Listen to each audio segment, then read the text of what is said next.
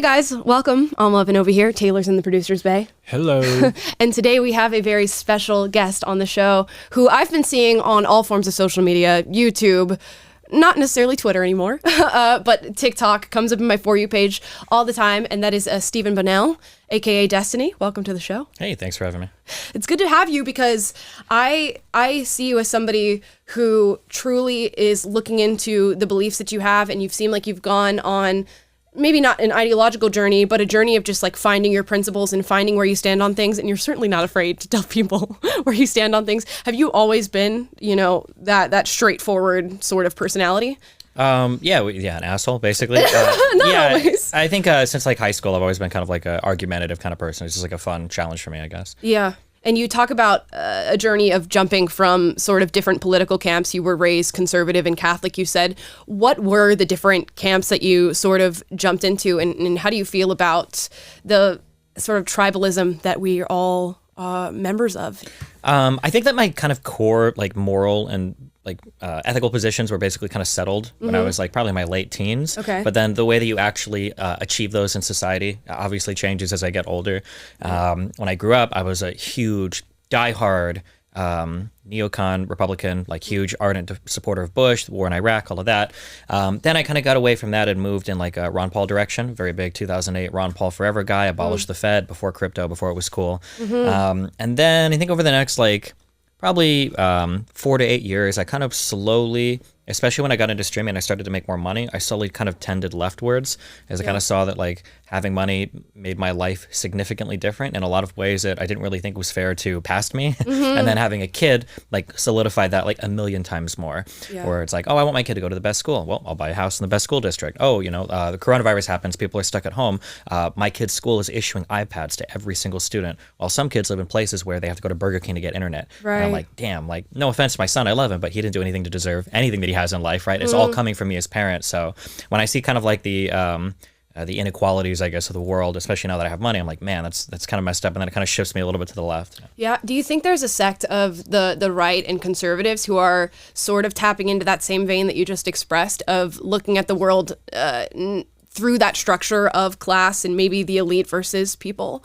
And how do you feel about like that group? Is there something that's like, is conservatism antithetical to that sort of belief? The way that I kind of look at it is like, both sides get something really right, both sides get something really wrong.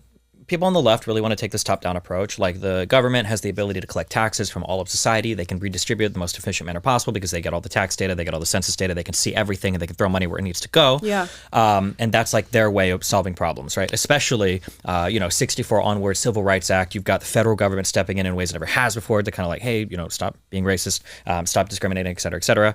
And that's like the left's way of doing it. On the right, it's like, okay, well, I don't know what a bureaucrat in Washington is going to do to help me when my neighbor is starving. Like we have got churches for this. We've got our local communities. We've got our school boards. Like we can fix this stuff in our communities. I don't want somebody in Washington taking $1 from me here and then sending it to Minnesota for somebody that I don't even know. Yeah. And I think there's like a lot of truth to both of those sides. But the answer is going to involve like some kind of mixture between like there are things that the government can do effectively that you just can't do on an individual level. Great. And there are going to be some things on an individual level that just can't be substituted by the government. What do you think stops people from bridging that gap? Because I feel like there is a lot of energy among both conservatives and people who are left, and even people in the center, of this recognition that is the case, that class is a big divider, that there probably is a massive power struggle happening right now between the billionaires and the huge corporations and the people. And we are seemingly all having those conversations in our separate camps. What is stopping the bridging of that gap in sort of this unifying force against that reality?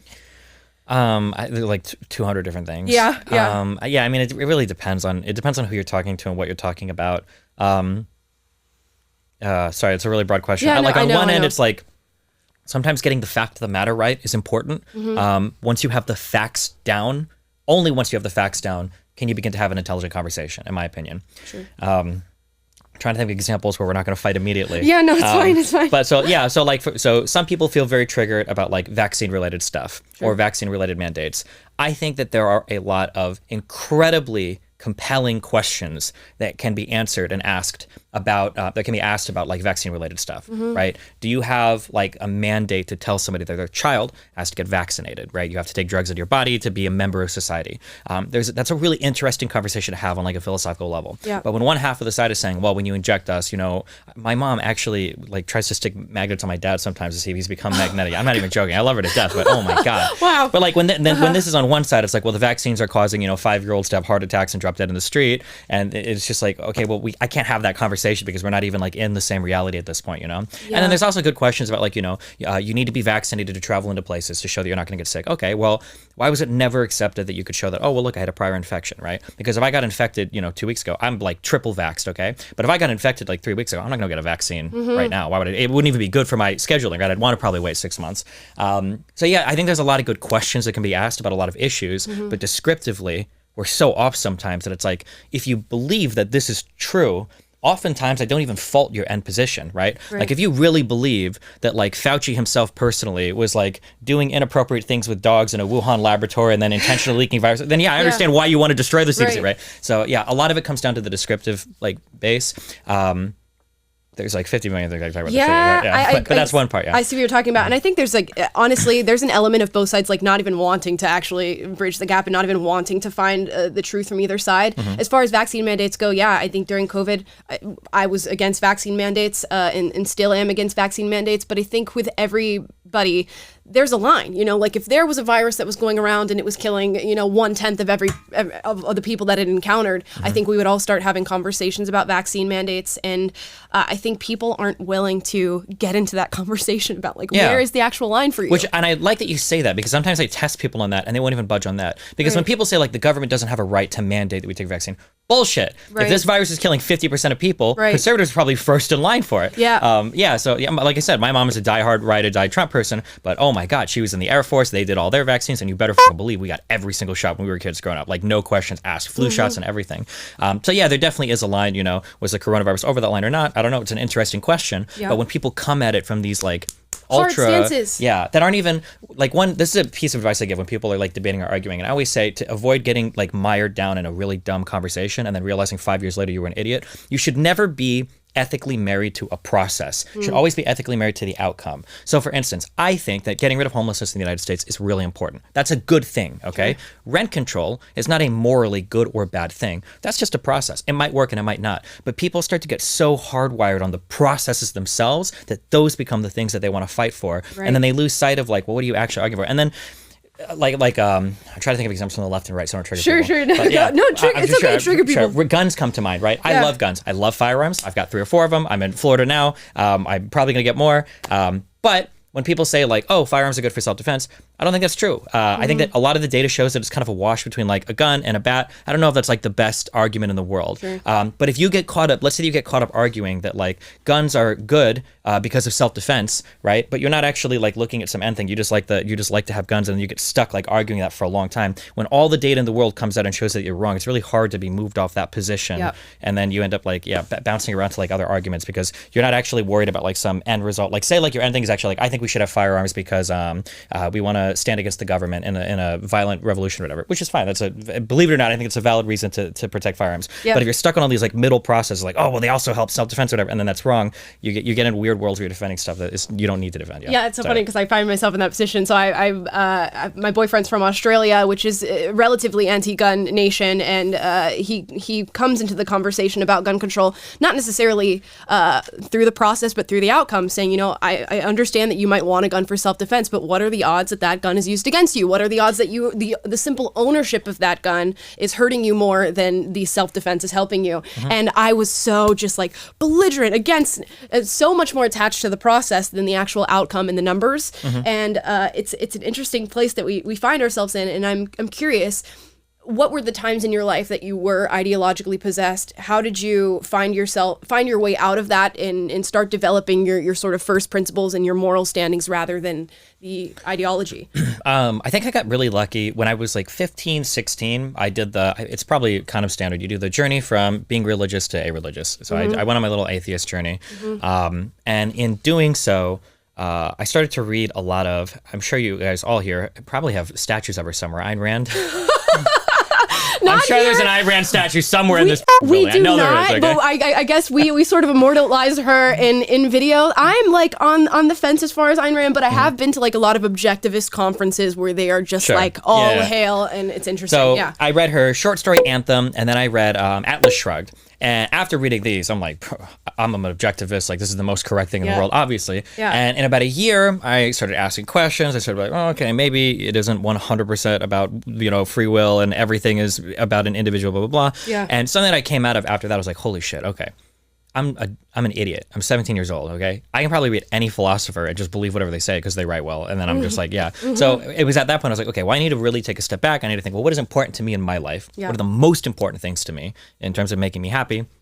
And then how do I ensure that like everybody else around me is acting in a way that's in accordance with that and that we can all kind of like resonate with each other to like build that society up. So it becomes this kind of weird like Rawlsian curtain of society, justice, whatever. Yeah. But yeah, basically from there, kind of like all of my political positions stemmed. But when I was 17, 18, I spent a lot of time thinking about that so that I wouldn't just like read an author and then believe everything they said. Shit, yeah. And then, yeah, from there I kind of like, yeah. Yeah, I feel like I'm still in that process. Shout out to my boyfriend for like always calling me out whenever I say something that is that is dumb. But yeah, I went from like hardcore left through my young adult life, graduated high school, started working for them, and we talked earlier before we started recording that like the surest way to like leave a camp is to start working for them and just fully entrench yourself in it. And of course, the process happened as it happened, and I left that, and then I was like, you know what? I'm a right winger, and I disagree with everything they say. And then you go, oh. I'm doing the same exact thing I did before and now on the other side. So now I just sort of sit in this camp of like, okay, I want to believe that there are some sort of objective truth, but I also know that like truly accepting yourself as a person and truly developing and growing is accepting that you don't know anything and that you're constantly going to be learning. I'm curious what your views are on like objective truth versus this subjective, your truth, his truth, my truth type of thing that's happening right now. Man, that's a really deep I know, epistemic it's a question. big question. I mean, I don't know how much. Are we talking about like I think, therefore I am, like, is your subjective frame of reference? Or you just mean like in general how everybody seems to have kind of their own view of society, basically? Exactly. Okay. That okay. the second. The more political version, not yes, the more hardcore. political, Yeah. not the hardcore. I think that it is incredibly important to recognize that it is important to have a broad understanding of society in that we can like look at the data and analyze what's going on. But it's also really important to have a good understanding of the individual because everybody truly does have their own story, their own way of feeling about things.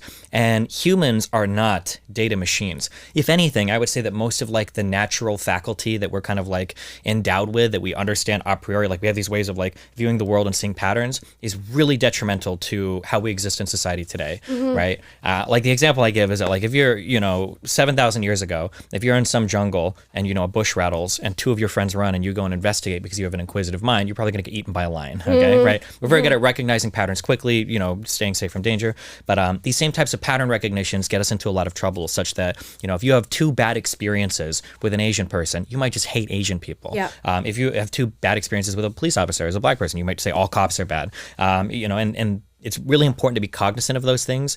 So to bring it back, I guess, like everybody has their own subjective frame of reference that they view the world. It might not always be like real in a sense, but it's real to them, and that's actually the only thing that matters, If you've got 100 people in the room and they all think you're an asshole and you're not, I mean, the fact of the matter isn't even really relevant there if everybody believes it. So, yeah, I think it's always important that we have a good grounding of reality, but you have to be able to meet people at where they are to make them understand why things are the way they are. I think that a lot of people have trouble with that. Yeah, I think a great example of that is the whole gender debate, which we'll get into a little later, is that like, okay, you can talk to somebody who's trans and tell them up and down all day long that you're actually a boy, even though you identify as a girl. But if that's somebody's experience and that's what they've subscribed themselves to, that is their experience. I mean, you can give them facts and show them all these different things, but it can be invalidating, and I think that hurts having the actual discussion about what we know objectively, about what we've studied and researched. But we'll get to that. Thank you guys so much for watching that clip. If you thought maybe that was too short, don't worry. There's going to be more videos with me and Destiny talking to each other about the trending topics of today. Let me know if you liked having him on as a guest. He's an interesting one. Maybe not one you would expect to be on the show, but he's here nonetheless. Drop a comment down below. What was your political journey that you went through? Did you jump from different camps and different tribes when it comes to your politics, or really anything in life? Drop that down below. I would love to know. And I should mention that today is Giving Tuesday. If you like the work that I'm doing here at PragerU or any of the content that we create at this lovely organization, you can go to donate.prageru.com and give to us on Giving Tuesday. Why is it called Giving Tuesday? Well, for today, if you give a gift to PragerU, which is tax deductible, it will be matched times 2. If you give 10, it's 20. If you give 50, it's 100, so on and so forth. And one person who donates to us on Giving Tuesday is going to be chosen to come out here to Los Angeles to watch a live taping of a PragerU video and to hang out with all the personalities we have running around these halls. So if you'd like to support the work we're doing here and make sure that we're making content for you guys, please go to donate.prageru.com and give to us on Giving Tuesday. Guys, please like, subscribe, click the notification bell to be notified every single time we post a video for you guys, which is every day. Go to the Discord in the description down below if you'd like to join us in conversations we have outside of the show. And more importantly, have a fantastic evening. Bye.